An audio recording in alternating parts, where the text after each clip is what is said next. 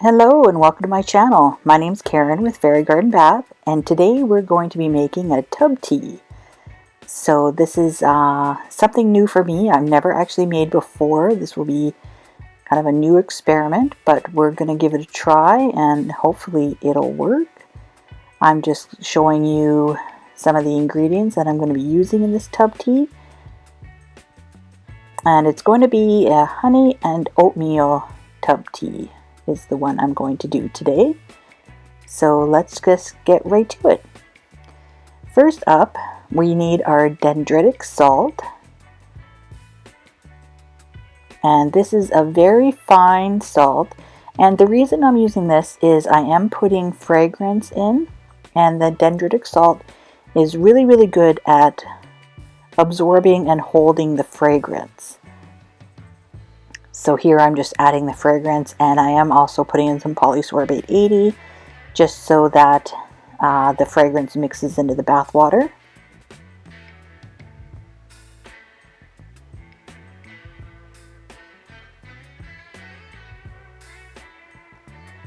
And we're just going to give that a quick stir, get that all mixed up.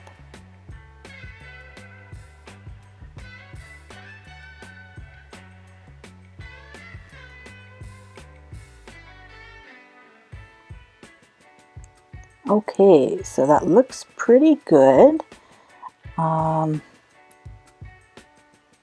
Just want to make sure there's no clumps or bumps or anything. And next up, we are going to be adding in our baking soda. And baking soda is nice to put in because it makes the bath water nice and soft.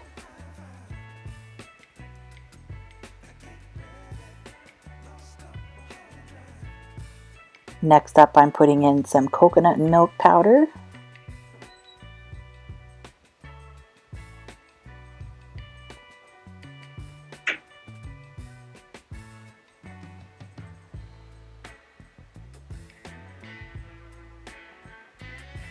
And next I'm putting in some white Kaolin Clay. This is also very good for the skin and makes the water nice. And I'm putting in some SLSA for bubbles.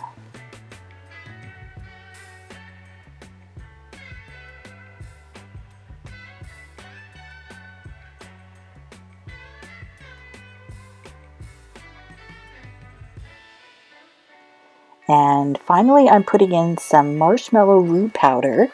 Now this I decided to put in because it has some anti-inflammatory properties to it. It can help soothe redness, relieve inflammation, and help retain moisture. If you don't have the marshmallow root powder or you can't find it, you can definitely leave this out. Just put in some more baking soda in its place.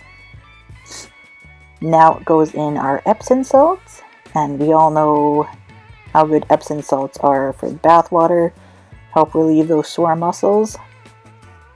And I'm putting in some pink Himalayan salt.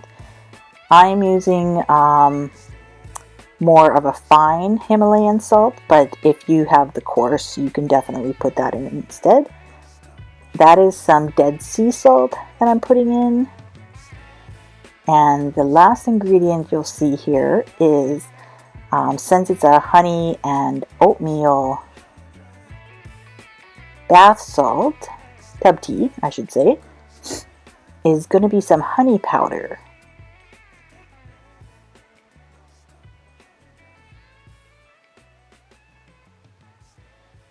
I'm just getting rid of the clumps here.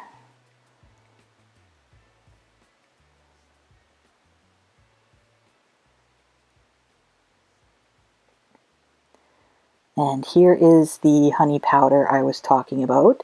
And this is kind of an addition just for this specific tub tea. I'm not normally going to put the honey powder in when I do other tub teas. And I'm just putting in a tablespoon, so not very much at all.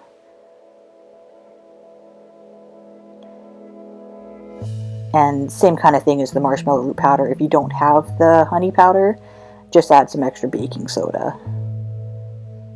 Like I said, I really didn't put much in, just 1 tablespoon, so it's not a lot. I will have all the ingredients and amounts listed in the description box below.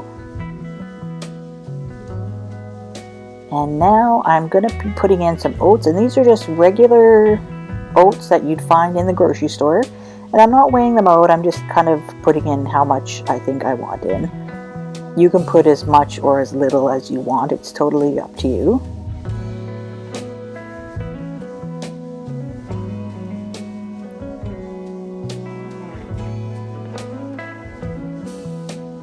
And I just want to give that a really good stir, make sure it's mixed up really good. See that it's not clumping together, which is good. And these are the bags I'm going to use. They're just little organza bags that I got from Amazon. And I'm not really going to weigh them out. I'm just going to kind of eyeball them and try to get them as even as possible.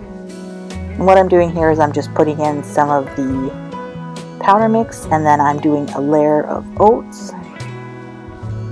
And then I'm going to put some more of the powder mix in, kind of try to make like an oat layer. And this is all subjective, you know, you can do the layer, you can mix it all up in one, that's totally up to you. And I'm putting in some star anise. These are just for decorations. They do have a little bit of a scent to them, but I found the scent is kind of like almost like a licorice scent. Goes really well with the oatmeal and honey fragrance oil that I'm using for these tub teas. So I'm just going to try to put a couple in just kind of for decoration, and I don't know honestly if the scent would come through. I think the fragrance oil would probably cover up most of the scent from the star anise.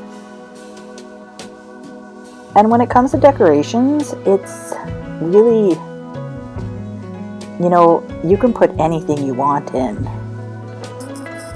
It's totally up to you. You know, you use your imagination. You could put cinnamon sticks in this one, orange peels, lemon peel.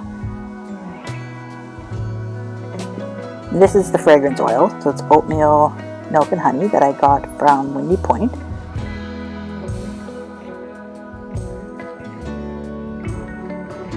But yeah, it's really, for decoration wise, the possibilities are endless. It's all up to your imagination.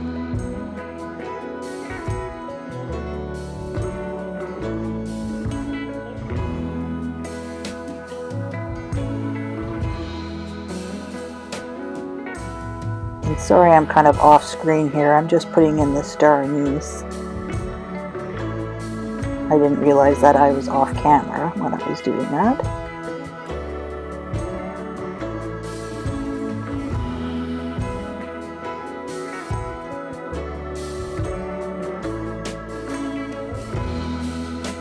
And there we go, we have 2 little tub teas done.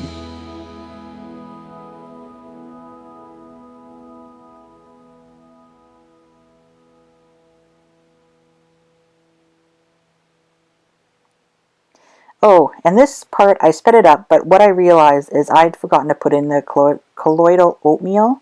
So I'm actually dumping out all the bags that I did.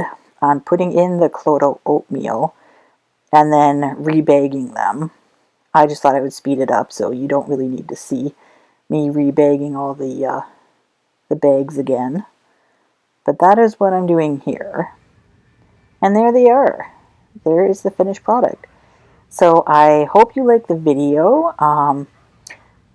This is just one of many of different variations that I'm going to be doing, but I thought I would start with this one because it's pretty simple and it kind of gives you the basics of what to put in for a tub tea. And then you can add the decorations and experiment to your heart's delight. And I had a little bit left over, so I thought I would try it out. And it works pretty good. It got some good bubbles. It made the water really soft. And the salt and everything dissolved really well. So I was pretty happy about that. but that is a tub tea. I hope you enjoyed the video. If you did, please give me a like and or a subscribe would be awesome. And we'll see you in the next one.